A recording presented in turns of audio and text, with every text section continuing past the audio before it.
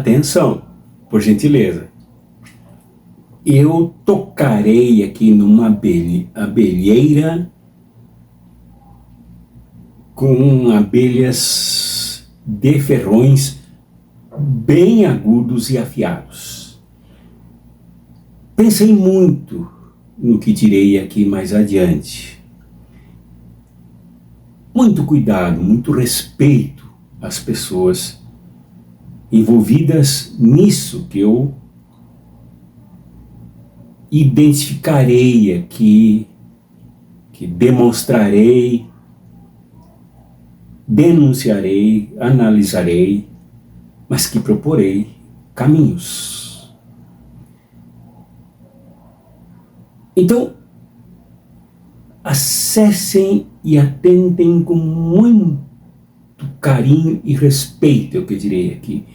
E tentem refletir, tentem entender, tentem debater, inclusive comentar aqui embaixo, abaixo dos detalhes, e dizerem como vocês se sentem diante disso. Falarei em coisas graves, significativas, que têm desdobramentos em nossas vidas todas. Logo após a vinheta, entrarei no tema que toma conta aqui do nosso card e também aqui. Não deixem de assistir até o fim. Não haverá uma compreensão caridosa, respeitosa do que direi se não formos até o fim do vídeo, que não é tão longo assim. Dá para suportar, dá para aguentar e precisamos pensar sobre isso. Até mais.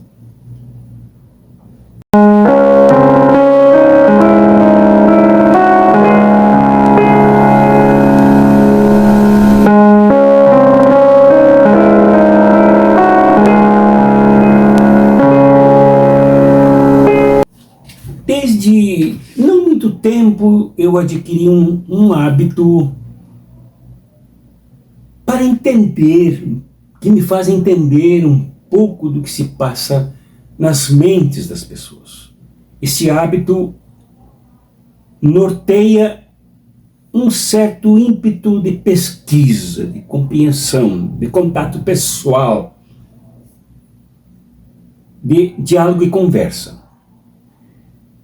Aqui perto de onde moro, há duas feiras. Uma que acontece aos sábados e outra pelo domingo. Tirei como programa de, numa das semanas, visitar a de sábado e conversar com as pessoas que trabalham ali, que vendem produtos ali, que ganham a vida ali, se esforçam, se gastam nos seus trabalhos. Eu converso com elas muito respeitosamente. E a outra feira é a que ocorre no domingo, de manhã muito cedo, começa aí pelas 2h, 3 horas e vai até 2, 3 horas da tarde. Além de fazer algumas compras nesta feira de produtos naturais que eu aprecio muito e que ajudam a minha saúde e minha vida, eu converso. Nesta eu demoro um pouco mais e tenho feito muitas amizades. Amizades de pessoas que nem sempre concordam comigo. Amizades com pessoas que divergem, mas com pessoas que caminham também e tenho encontrado verdadeiros tesouros. E normalmente os tesouros são ocultos, né? Há os que guardam os tesouros em cofres e há outros que garimpam a natureza, garimpam a terra para encontrar os tesouros que aí se ocultam, se escondem, mas são verdadeiras matérias-primas. Eu tenho encontrado muitas matérias-primas humanas preciosas, escondidas debaixo de tantas coisas, tantos pensamentos, tantas ideias que fazem com que as pessoas se embotem e até se desbotem como pensamento afirmativo, pensamento digno, pensamento coletivo, pensamento construtivo de vidas relacionais. E numa destas vezes, depois de efetuar compras numa das bancas, entre outras, onde também faço o mesmo com outros produtos, eu conversei com uma senhora muito católica romana. Me identifiquei durante a conversa como bispo. Falei com ela sobre a camisa que eu usava, a camisa verde, e o significado da cor na liturgia cristã. Aí desencadeou uma conversa muito interessante. Quando ela me descreveu que ela vai semanalmente ou quase todos os dias numa determinada igreja, não citarei o nome aqui para não ferir suscetibilidades, não é esse o meu objetivo, numa determinada igreja que abre suas portas das 3 da madrugada até as 22 horas. E tem missas constantemente. Então ela diz que vai, reza,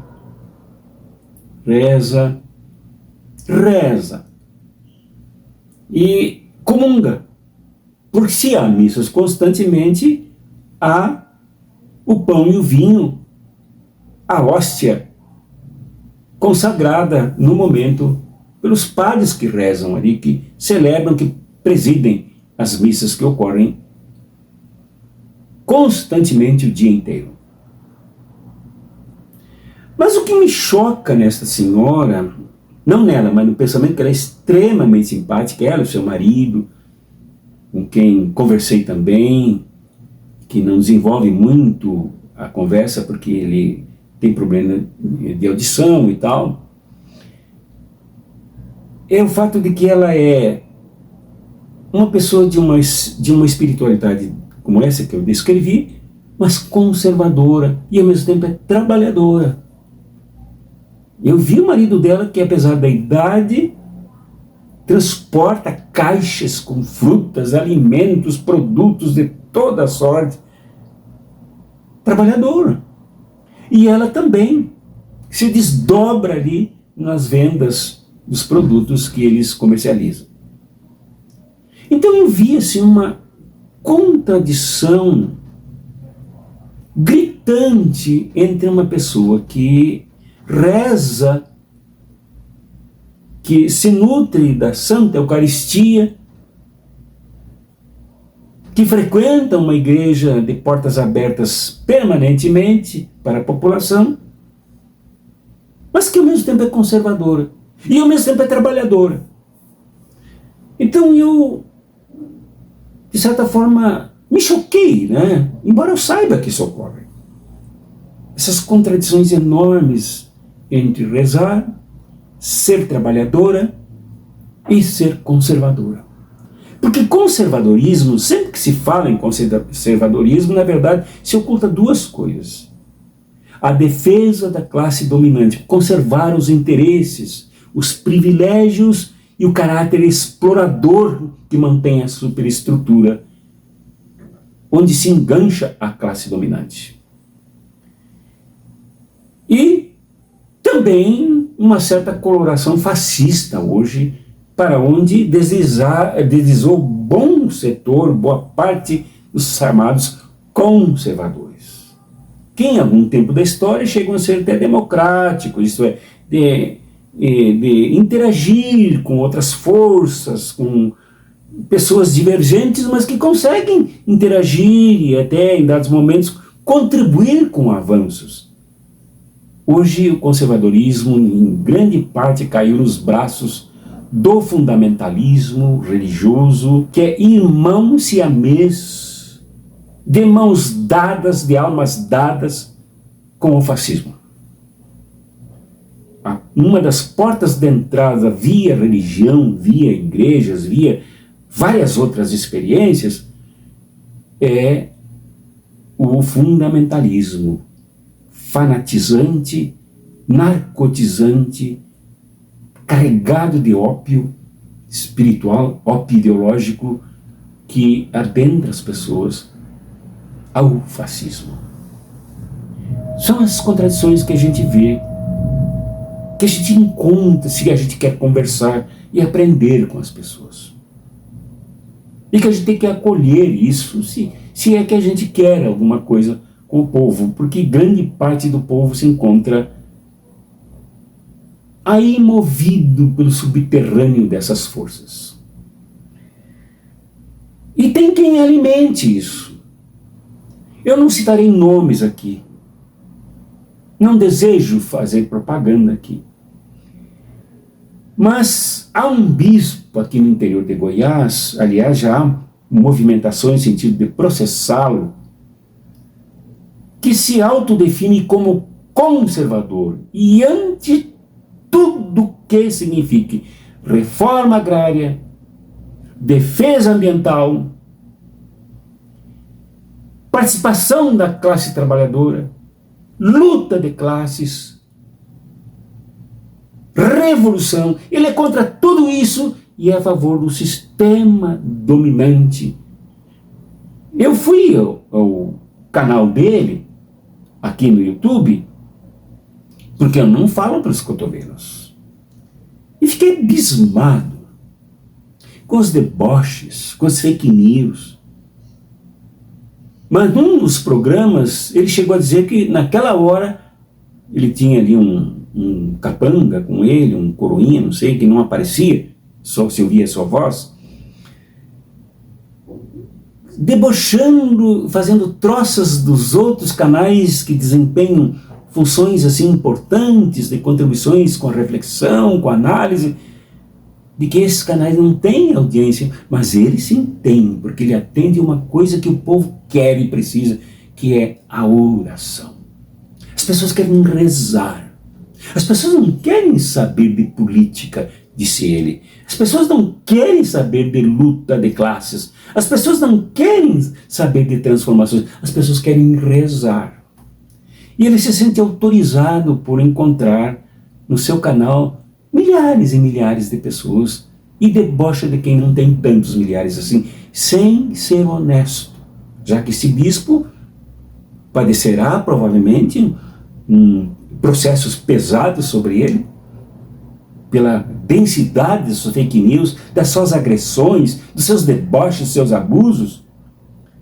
Esse bispo cegava de ser um porta-voz de uma igreja reacionária que mantém uma espiritualidade desse tipo.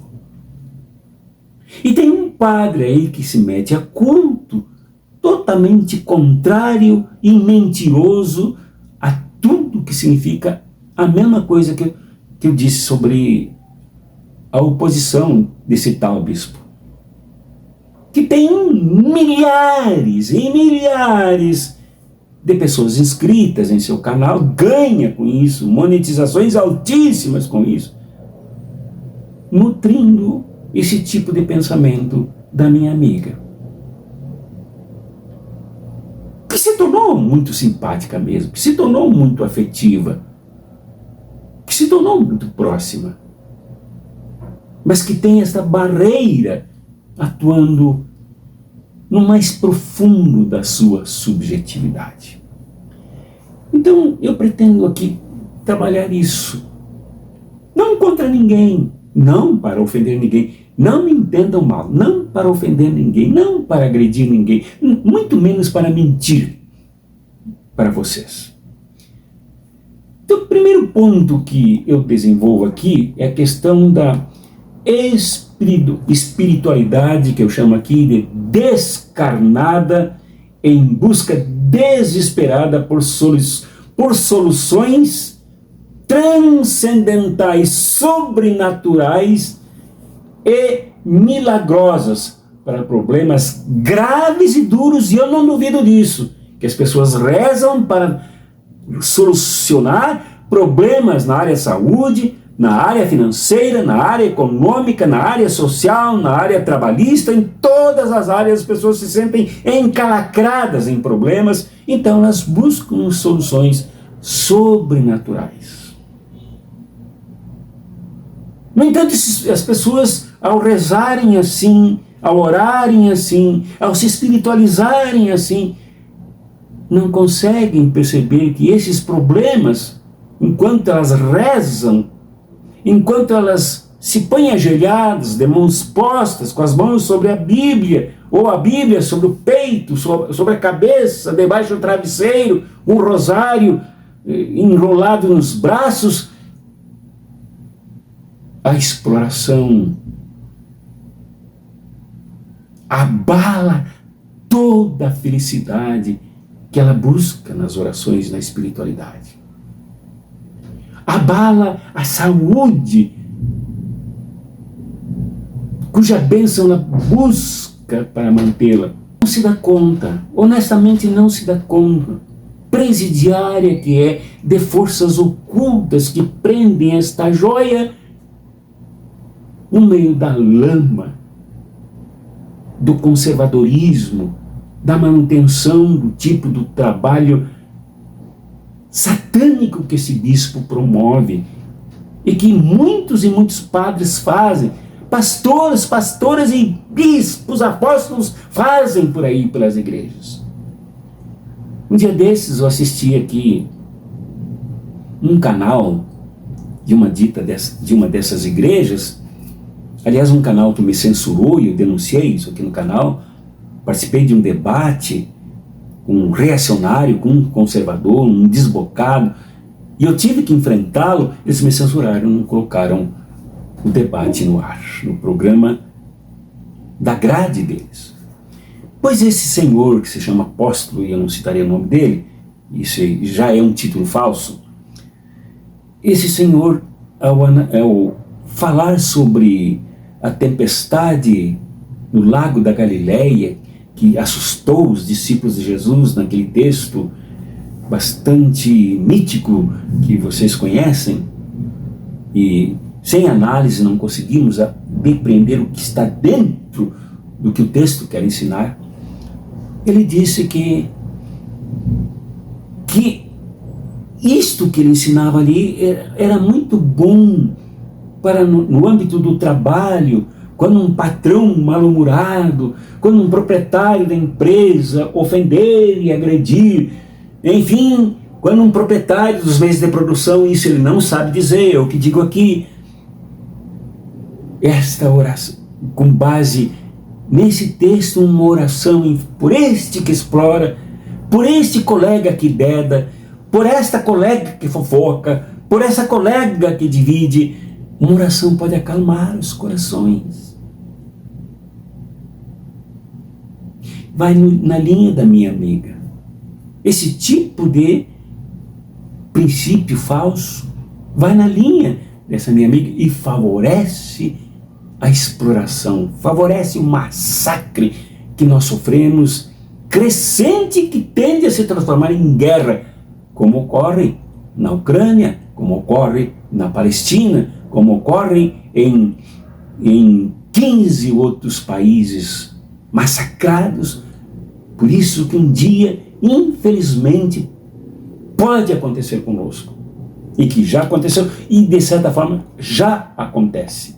Então, a busca de uma bênção para manter azeitada a opressão, para manter mais doce o sofrimento, para manter mais açucarada a injustiça, para dar um pouco de ar de força para continuar sendo explorado e sendo explorada. É o que buscam muitas pessoas com a ajuda deste bispo desleal, desonesto, reacionário, agronegócio e a favor dos incêndios e devastações na Amazônia. E isso é ele que diz um vídeo aqui no canal.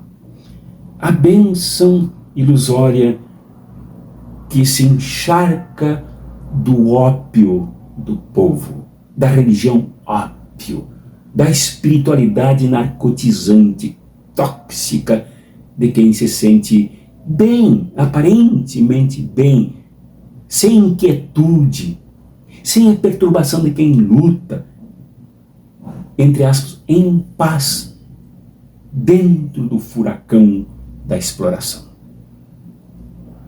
Isso ocorre e vem ocorrendo, e as igrejas crescem, eu digo todas as igrejas crescem em cima desta manipulação, buscando esta bênção, que é uma ilusão que não dá compreensão, no entanto, acessa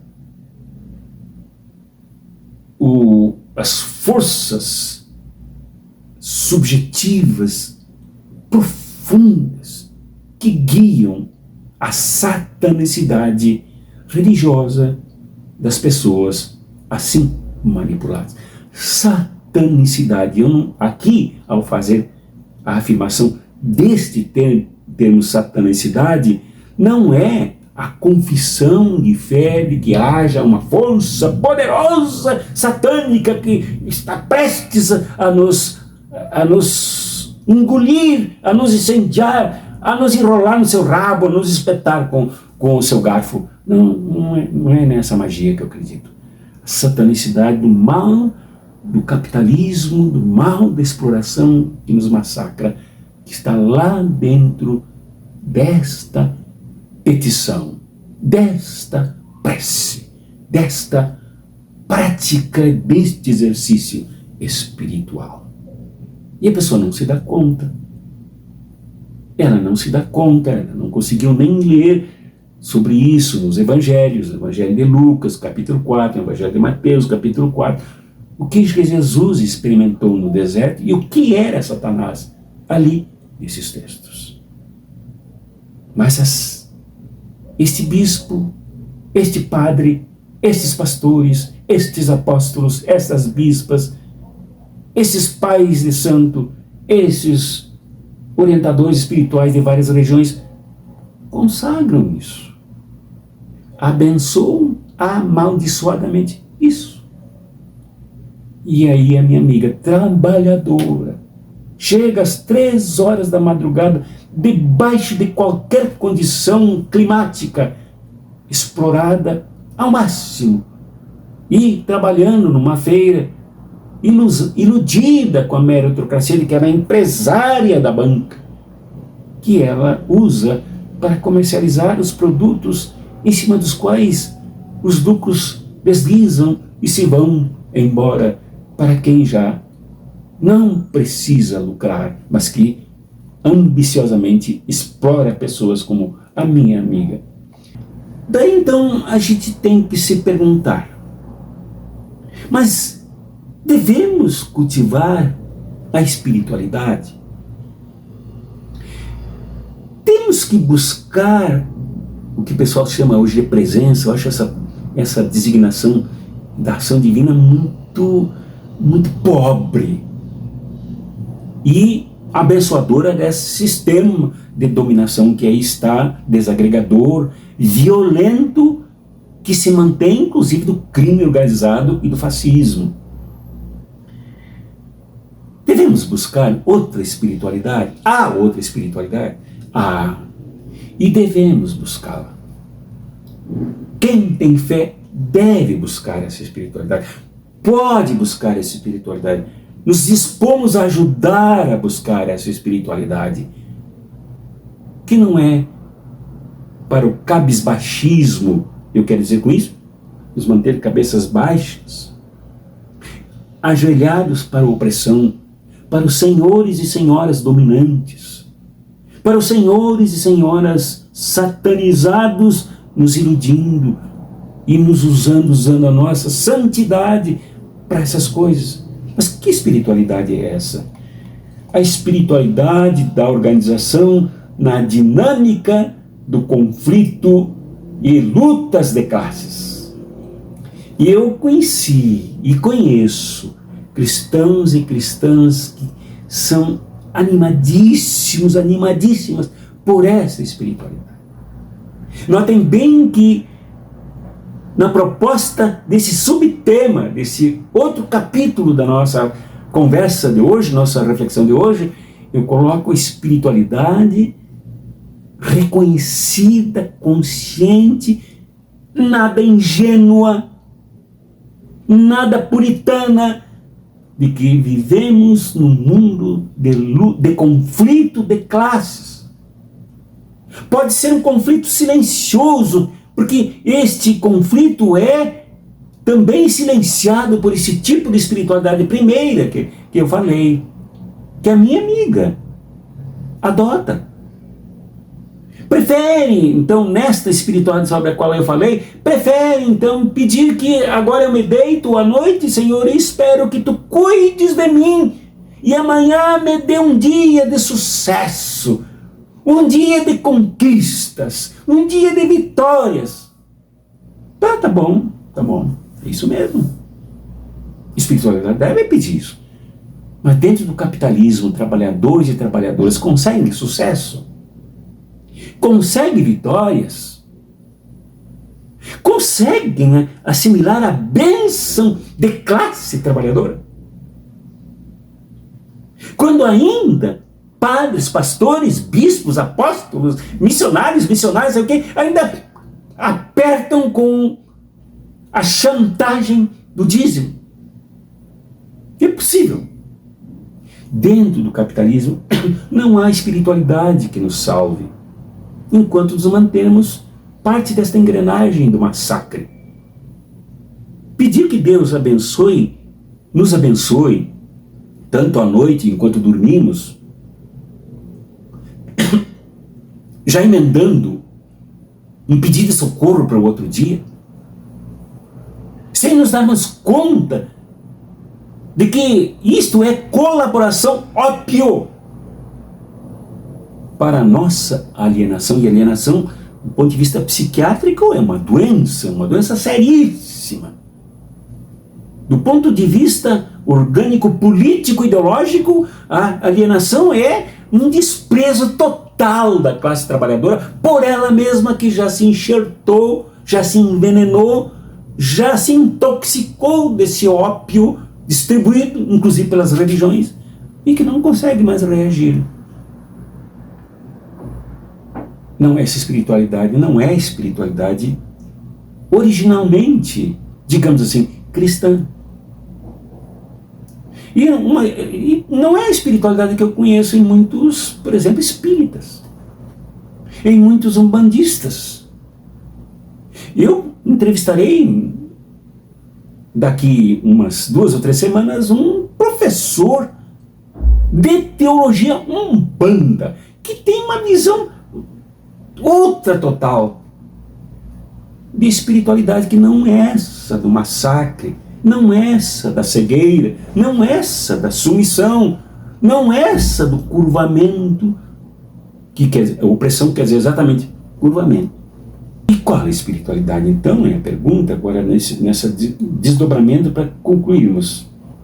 A espiritualidade, ela tem que considerar que nós vivemos um mundo de conflito de classes. Terrível, massacrante, que tudo torna mercadoria. Tudo é mercadoria. Não há nada que esse sistema não use como ganho em cima dos trabalhadores e trabalhadoras. Nada. É nesse mundo que nós estamos.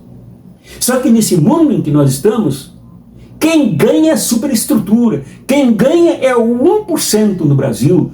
Quem ganha são os 5 mais ricos do mundo, que dominam o mundo.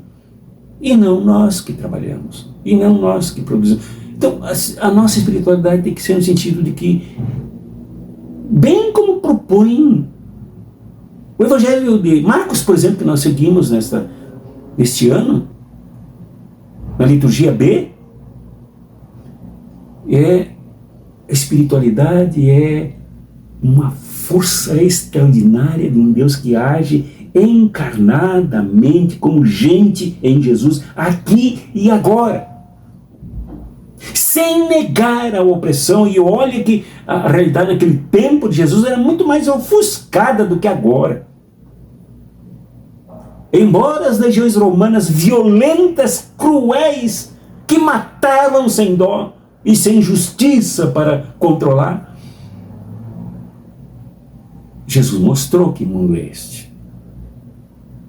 E mostrou qual é o caminho que ele seguia na sua espiritualidade, quando raras vezes se afastou do povo para subir a montanha, para ir ao deserto, orar, rezar. E até mesmo na oração que ele ensinou, a única, Pai Nosso, ali contém uma espiritualidade que não é a manutenção desta situação. Pelo contrário, ela vai e termina mostrando que este reino tem que vir aqui e agora. Venha a nós o teu reino, o vosso reino, aqui e agora. Mas não de forma assim, automática, milagreira, dessa forma assim tão ingênua. Mas se fosse assim, ele não teria preparado pessoas para irem à luta. Esta é a fé que mantém a espiritualidade em contradição àquela outra, alienante, desumana, cruel, desleal para com a própria classe trabalhadora, que só gente como este bispo, cujo nome não quero mencionar, e como este padre, que eu também não quero mencionar, e outros tantos que fazem o serviço ou desserviço imposto pelo capitalismo e ganham com isso. Abrindo parênteses, esse bispo me impressiona, viu, pelas roupas que ele usa, pela mitra colorida que ele usa, pelo báculo que ele usa, pelos equipamentos que ele adota, tanto na catedral dele, a cátedra do bispo, como o próprio microfone. A gente percebe a altíssima qualidade dos equipamentos caríssimos que ele usa. De onde vem isso? Da espiritualidade dele? Deus alcança para ele? Os santos dão para ele? De onde vem isso? Ele elogia tanto o agronegócio? Defende tanto a iniciativa privada? Defende tanto aqueles que incendeiam a Amazônia? Não é daí que vem tudo isso? Então, ele só ajuda a manter essa situação. Agora, o nosso caminho não é o caminho da ingenuidade, não é o caminho do massacre, não é o caminho da covardia, não é o caminho do embotamento. Eu tive o privilégio, ainda que isso no momento me ficou muita dor, de conviver com missionários pentecostais, missionárias pentecostais, leigos e leigas pentecostais, e com sacerdotes católicos romanos, e com protestantes também, na Nicarágua. Isso há muitas décadas, quando se fazia um movimento revolucionário sandinista contra toda a barbárie promovida pelo capitalismo, ali de forma mais aguda, imperialista estadunidense. Conheci 3 padres, aliás, há um livrinho deles chamado Ministros de Deus, Ministros do Povo, editado pela Vozes, se não me engano, está na minha biblioteca lá no Rio Grande do Sul. Este livrinho mostra bem que é possível uma espiritualidade no meio da luta, no meio do povo, no meio do corte de canas, de forma revolucionária, de forma a defender o seu país. É muito comum a gente ajudar a cortar canas e as pessoas ao lado que são pentecostais dizem glória a Deus, aleluia, e ao mesmo tempo com um fuzil nas costas. Aquele fuzil não é uma arma para bandidos, aquele fuzil não é uma arma para criminosos, é arma para bandidos dos porões e dos esgotos, milicianos, golpistas, como acontece no Brasil, como acontece na Amazônia, como acontece no Rio de Janeiro, como acontece muito aqui em Goiás, como acontece muito em São Paulo, mas é a arma da libertação. Nesse sentido, esta arma se junta à cruz. Nesse sentido, a espiritualidade se torna uma espiritualidade transformadora, não somente dos indivíduos, não somente em busca do individualismo, não somente em busca de uma espiritualidade exclusivista minha, mas a espiritualidade coletiva. Uma espiritualidade que colabora inclusive com os ateus e ateias que logo ali ajudam a cortar cana também com os fuzis e metralhadores nas costas. Porque foram fulminados muitas vezes exatamente pelas forças contrárias. Porque não dá para rezar, não dá para orar.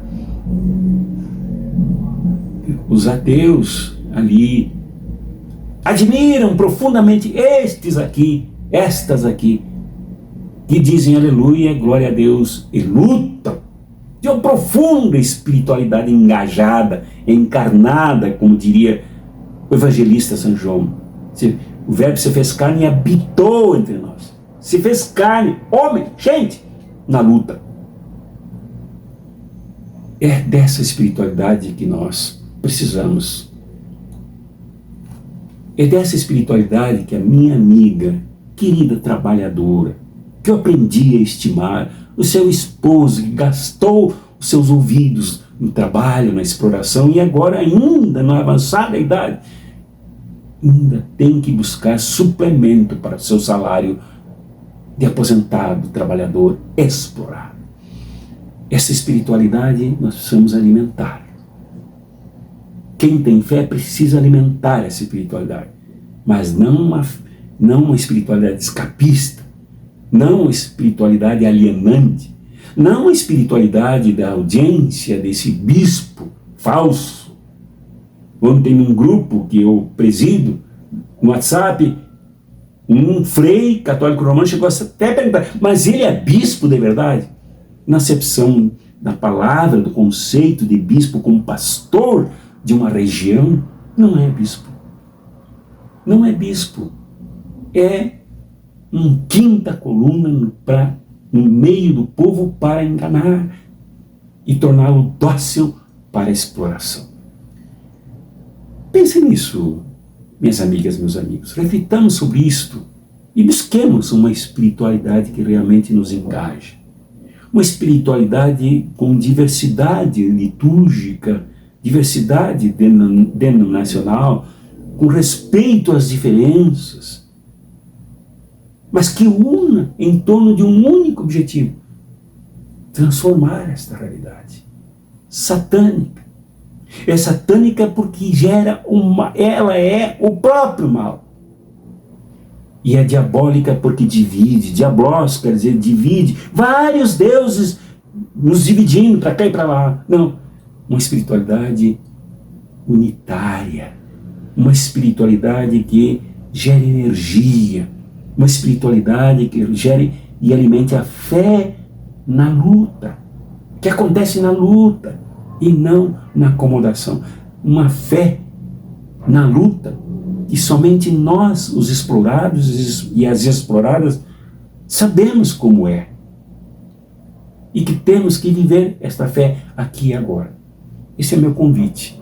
E eu ajudo a construir nesse momento um caminho para isso. Se alguém se interessar em conhecer isso, que seja de forma honesta, não dedo duro, não fascista, que vem aqui me perseguir, fazer ligações, me ameaçando como ocorre seguidamente, de forma que eu não atendo mais telefone com ligações estranhas, porque sou ameaçado. Se não for assim, for honesto. E se quiser me mandar uma mensagem por e-mail, está aqui meu e-mail, que é o mesmo usado para o meu Pix. Use esse e-mail, se comunique. Estamos descobrindo juntos um caminho que nos retire do campo arenoso, pantanoso, do misticismo supersticioso, desligado da realidade, e nos colocará num terreno seguro, num terreno construtivo, salvífico, libertador, curativo. Venha, meu irmão, minha irmã, porque nesta luta somos proféticos e revolucionários.